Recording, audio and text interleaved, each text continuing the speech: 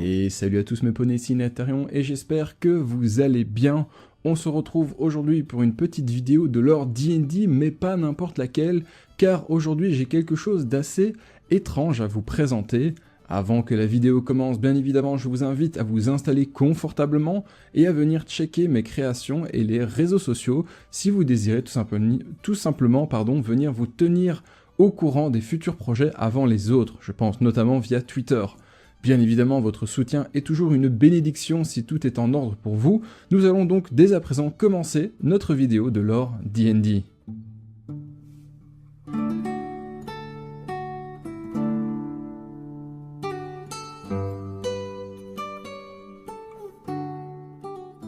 Vous l'avez vu dans le titre, aujourd'hui on va parler d'une petite légende dont j'avais entendu parler il y a fort longtemps dans des contrées lointaines, en 2015 principalement, mais qu'il a fallu plusieurs années, quelques temps, pour trouver les preuves de la véracité de ces éléments.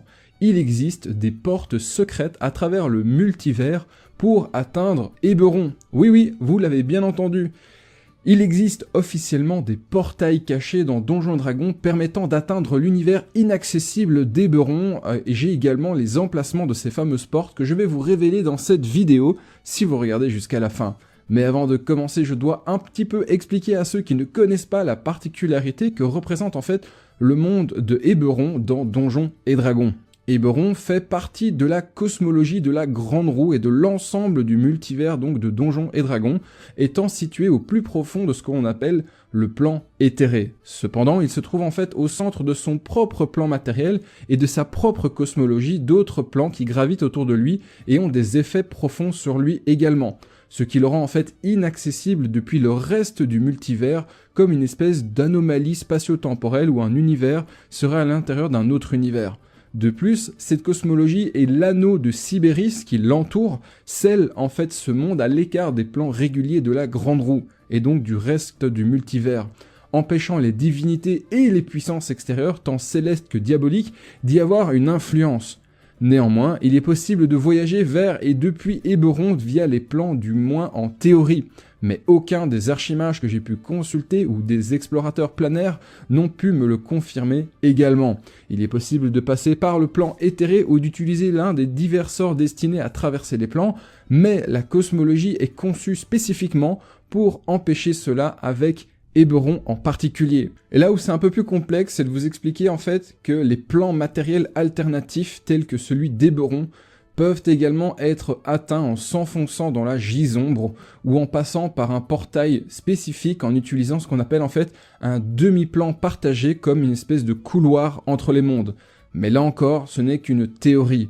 Seules quelques méthodes très spécifiques pour entrer et sortir d'Eberron sont connues et aucune malheureusement n'indique que cela puisse fonctionner tellement en fait l'anneau de Sibéris empêche l'accès au monde. C'est donc pour n'importe quel explorateur, c'est un vrai casse-tête à obtenir et surtout à atteindre. Et tout ça, en fait, ça vient tout simplement du fait que Eberron et sa cosmologie unique, en fait, ont été créés par trois grands worms géniteurs. Ils ont conçu, en fait, un nouveau système cosmique, créé une nouvelle planète et l'ont peuplé des créations des dragons, des elfes, des orques et d'autres espèces du multivers. Cependant, ils ont voulu, en fait, qu'ils évoluent en dehors de l'influence de leur divinité et de leur nature respective, comme par exemple le cas avec Coréon, Lolth, Grumsh et autres, ce qui explique pourquoi vous ne devez jamais approcher un être d'Eberron comme vous l'aborderiez en temps normal en Faerûn, car la construction sociale des espèces est totalement différente. On pense notamment aux orques et aux gobelins qui ne sont pas du tout pareils que ceux de Faerûn. Malgré toutes ces précautions, Lolth, la reine araignée, va inévitablement y gagner en influence d'une manière ou d'une autre, et je vous explique pourquoi. En fait, après qu'un seigneur démon d'Eberron emprisonné, connu sous le nom en fait de la fileuse d'ombre, qui ressemble d'ailleurs étrangement à Lolth, ait été tué par des aventuriers, un passage appelé en fait la faille entre les mondes s'est ouvert dans la prison de la fameuse fileuse, ce fameux démon. Il mène en fait directement aux fosses de la toile démoniaque de Lolth. Le druide en fait Tavnar Kronak, le gardien du portail, et Elminster, le célèbre mage de la Côte des Épées, ont enquêté sur cette brèche de leur côté respectif et des aventuriers curieux l'ont également franchi pendant ces fameuses inspections. Ces fameux aventuriers, en fait, quand ils ont exploré les fosses en question, ils trouvèrent en fait des messages moqueurs venant de Lolth suggérant qu'elle s'était déjà alliée au Seigneur de la Poussière, qu'elle les avait trompés, qu'elle les avait tués, qu'il y avait également des serviteurs Drow dans le cadre d'un énorme complot visant à acquérir des dragons, à détruire Eberron, à s'emparer de la trame de Toril, à devenir sa nouvelle déesse de la magie, etc., etc. Elle a même encouragé les aventuriers à passer comme des mouches dans une toile d'araignée, et en fait, le portail proche de ces fosses les a emmenés tout simplement à Toril dans une grotte au sud d'Evening Star, sur la côte des épées. Voilà, ça c'est les seules informations que l'on a actuellement. J'ai pu néanmoins trouver 4 portes à travers mes explorations et l'aide reçue de mes chers collègues explorateurs planaires. La première, tout d'abord, il y a bien sûr l'auberge du Monde Serpent, le point le plus connu par les voyageurs du multivers. Diverses portes s'ouvrent ici, que ce soit sur Eberron ou d'autres mondes, l'une des rares portes connues relativement permanentes menant au magasin de fleurs du baiser de la reine à Fairhaven, dans le fameux univers d'Eberron. D'autres s'ouvrent sur Sarlona, Sharn, Stormreach, tandis qu'une porte pourrie mène aux ruines de Metroll dans le Mournland, mais surtout, ne vous approchez jamais de cette porte, et j'ai bien dit jamais. La seconde porte que j'ai trouvée et la moins fiable passe tout simplement par la hutte vivante de Baba Yaga qui parcourt en fait tous les mondes et tous les plans. Si vous avez regardé ma vidéo évidemment sur la reine sorcière, vous savez en fait qui est Baba Yaga. Dans son hall des portes, dans sa hutte vivante, un portail appelé Porte du Monde relie en fait tous les mondes connus de Baba Yaga, y compris Eberron ainsi que leur Gisombre et le Feywild respectif de ces univers-là. Mais attention, il est gardé par une paire de chevaliers d'Atas, donc si vous désirez pénétrer et franchir son portail, pensez s'il vous plaît à fortement vous préparer car la mère des sorcières n'est pas du genre à vous laisser l'emprunter et encore moins à vous laisser en vie. Troisièmement, il existe un chemin à travers tout simplement Kyber. En partant en fait d'Eberron dans le port de Stormreach, on peut emprunter un passage dans Kyber pour atteindre la prison de la Fileuse où se trouve la faille entre les mondes dont je vous parlais un tout petit peu avant.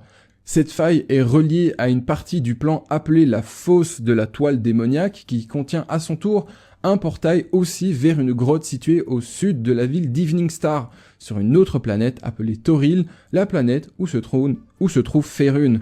On peut revenir par le même chemin et se téléporter ensuite pour accélérer le voyage. Donc on part d'Eberron vers la toile démoniaque, on trouve le deuxième portail et puis on veut retourner à Faerûn. Et inversement, ça fonctionne aussi.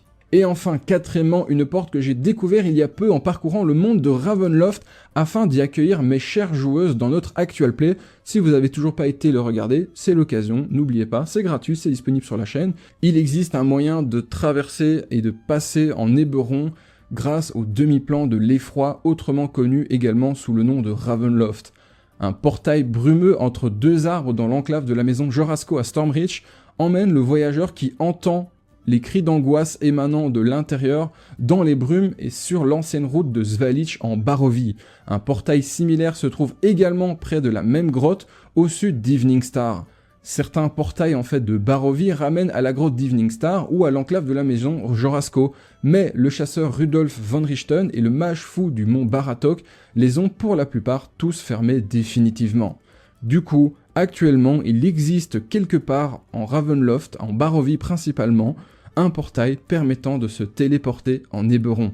Et voilà, c'était Nighterion et j'espère que cette vidéo vous aura donné des idées à exploiter à vos tables de jeu. Si vous appréciez ce genre de petites anecdotes que l'on peut trouver de manière un peu rigolote dans les vieux modules, n'hésitez pas à me le faire savoir en commentaire tout en posant bien évidemment le clap à la vidéo comme indiqué sur le côté gauche de l'écran. En attendant, comme toujours, n'oubliez pas de faire ce qui vous plaît et nous on se dit rendez-vous à la prochaine fois et bon jeu à tous.